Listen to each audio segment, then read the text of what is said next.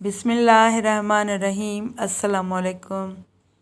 رسول اللہ صلی اللہ علیہ وسلم نے ارشاد فرمایا، ہر قدم جو نماز کے لیے اٹھتا ہے وہ بھی صدقہ ہے۔ حضور پاک صلی اللہ علیہ وسلم نے فرمایا، غریبوں کو کھانا کھلاؤ اور ہر مسلمان کو سلام کرو، چاہے تمہاری اس سے جان پہچان ہو یا نہ ہو۔ حضرت عبداللہ بن عباس رضی اللہ تعالیٰ عنہ کہتے ہیں کہ رسول اللہ صلی اللہ علیہ وسلم نے فرمایا، دو نعمتیں ایسی ہیں جن میں اکثر لوگ اپنا نقصان کرتے ہیں، صحت و تندرستی اور فرصت و فراغت۔ اذان کے بعد دعائیں قبول ہوتی ہیں۔ رسول اللہ صلی اللہ علیہ وسلم نے فرمایا، اذان اور اقامت کے درمیان کی دعا رد نہیں کی جاتی، یعنی ضرور قبول ہوتی ہے۔ جنت کا سوال اور جہنم سے پناہ۔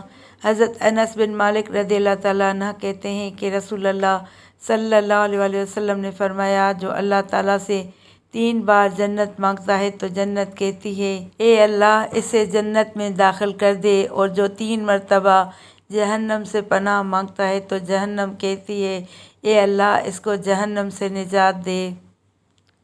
اللہ کا خاص بندہ بننے کا طریقہ۔ اللہ پاک کے آخری نبی صلی اللہ علیہ وسلم کی خدمت میں ایک شخص نے عرض کیا، میں اللہ کریم کی بارگاہ میں خاص مقام حاصل کرنا چاہتا ہوں۔ ارشاد فرمایا، زیادہ سے زیادہ اللہ پاک کا ذکر کرو، اللہ کے خاص بندے بن جاؤ گے۔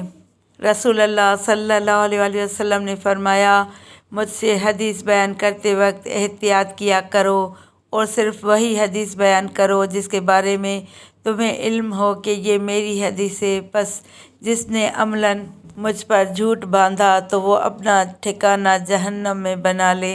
رسول اللہ صلی اللہ علیہ وسلم نے فرمایا، پینے والی چیزوں کو 3 سانس میں پیتے تھے اور فرماتے تھے، ایسا کرنے سے اطمینان ہو جاتا ہے، تکلیف اور بیماری سے حفاظت ہوتی ہے اور وہ چیز خوب ہضم ہوتی ہے۔ رسول اللہ صلی اللہ علیہ وسلم نے فرمایا، بخار جہنم کی بھاپ کے اثر سے ہوتا ہے، اسے پانی سے ٹھنڈا کر لیا کرو۔ جھگڑا چھوڑنے کے بدلے جنت۔ رسول اللہ صلی اللہ علیہ وسلم نے فرمایا، میں اس شخص کے لیے جنت میں ایک محل کا ذمہ دار ہوں جو حق پر ہوتے ہوئے بھی جھگڑا چھوڑ دے۔ حدیث نبوی صلی اللہ علیہ وسلم۔ رسول اللہ صلی اللہ علیہ وسلم نے فرمایا، جنت میں آدمی کا درجہ بلند کیا جاتا ہے، وہ کہتا ہے، یہ کس وجہ سے ہوا؟ اسے کہا جاتا ہے، تیری اولاد کے تیرے لیے دعائے مغفرت کرنے کی وجہ سے۔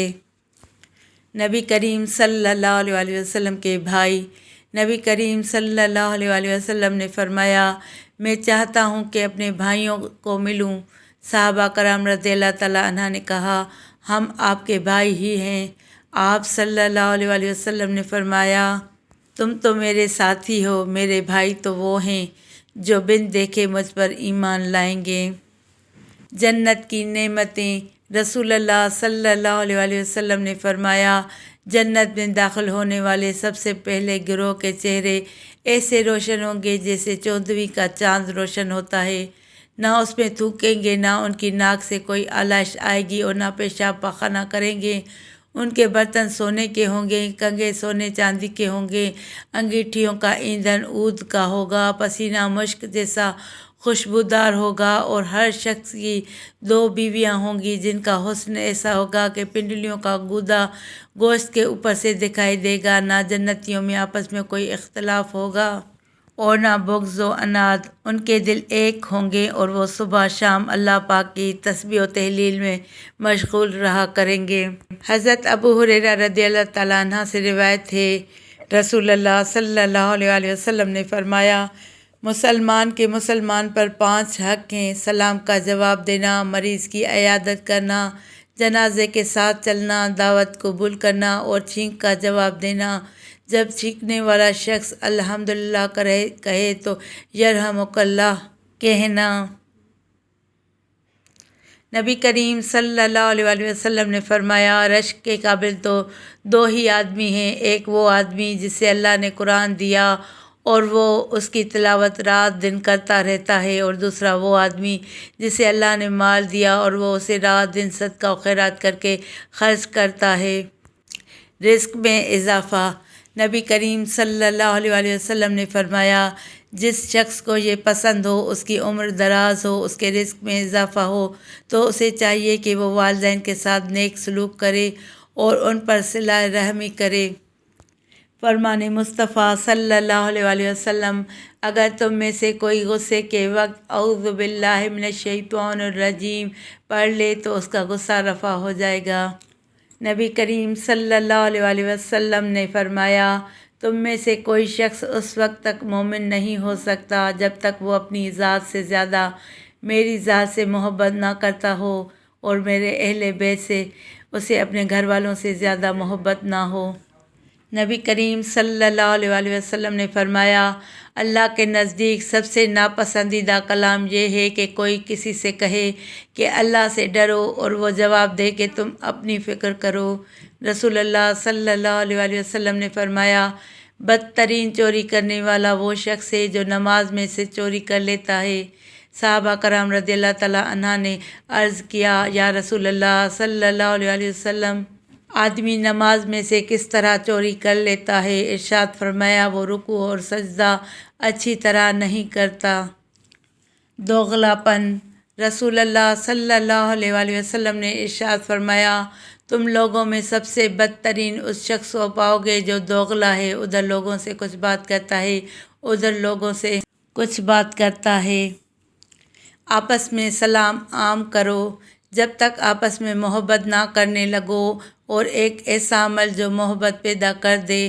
حضرت ابو ہریرہ رضی اللہ تعالیٰ عنہ سے روایت ہے کہ رسول اللہ صلی اللہ علیہ وآلہ وسلم نے فرمایا، جب تک تم ایمان نہیں لاؤ گے جنت میں داخل نہیں ہو سکو گے، اور تم اس وقت تک صحیح مومن نہیں ہوگے جب تک ایک دوسرے سے محبت نہیں کرو گے۔